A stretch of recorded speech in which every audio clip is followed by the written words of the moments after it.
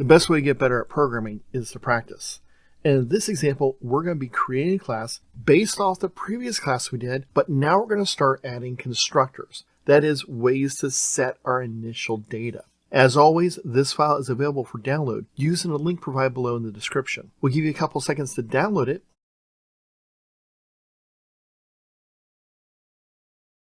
Alright, so let's get started. Here we have the same basic setup from example 1. We've updated this to be example 2. And now we want to simply say I need to create a constructor so that I can set some initial values. Well, inside the braces of our class, I'm going to come down just a couple of lines so I can easily separate out my attributes from my methods and constructors. And a constructor is just a special type of method. Remember, methods are functions inside of a class.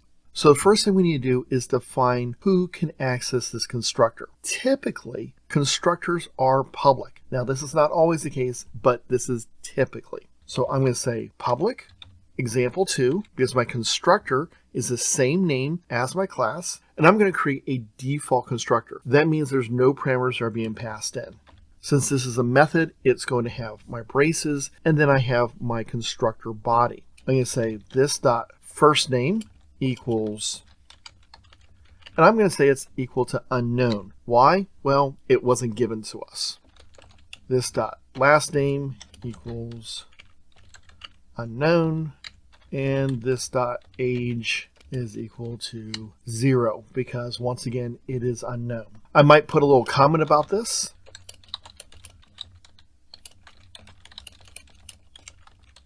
It's always helpful to give information, especially if it may not be obvious as to why you did that. Now, constructors are often overloaded. What does that mean? Well, that means that there's more than one constructor. It'll always return whatever our class type is. In this case, example 2, but we're going to take different parameters. So for example, I might have public, example 2, and then I'll accept 2 strings, one for first name, one for last name.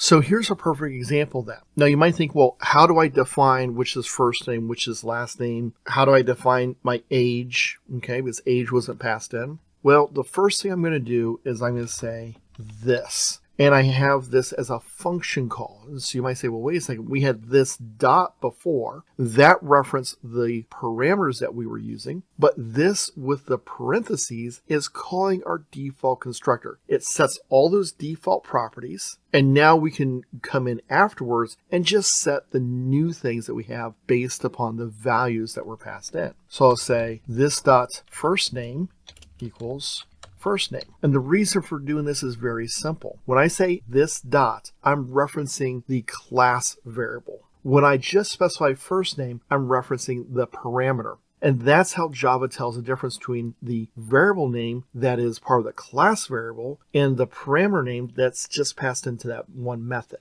I'm going to then say this dot last name equals last name the exact same way. Now, I'm going to have one more overloaded constructor. How many constructors you have depends upon what are the typical things that you're going to get passed in.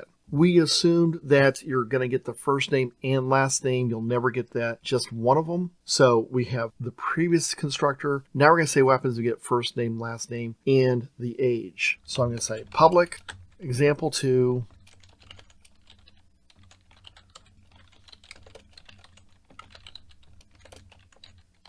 and I include int age in my parameter list. Now I'm going to call this. However, I'm not going to call my default constructor because I have the first name and last name. So I'm going to say first name, comma, last name. This is going to call my previous constructor, which takes those 2 parameters. That's going to call my default constructor. It's going to set all my default properties. If I add more properties, it makes sure everything gets set. Then I'm saying my first name and my last name. In the second constructor where I say this, I pass in the first name and last name. And then I'm going to come down here and say this dot age equals age. So does this mean that we're doing a little bit extra work because we're calling these extra constructors? Yes. However, notice that my constructors are staying very simple. I'm only modifying what I absolutely need to. I'm passing off that work. That way, the number of errors I potentially have goes way down because I can't forget to do something. Additionally, it's going to make it so if I make a change, I need to update this. Maybe I don't store first name and last name. Maybe I change the variable names or something like that. I only have to change it in one place. It's going to catch it up later on. So I want to keep my constructors as simple as possible. Yes, I take a slight performance hit, but it's generally considered worthwhile. So these are my constructors for my class. They make it very easy for me to start to work with, and that's what I'm really looking for.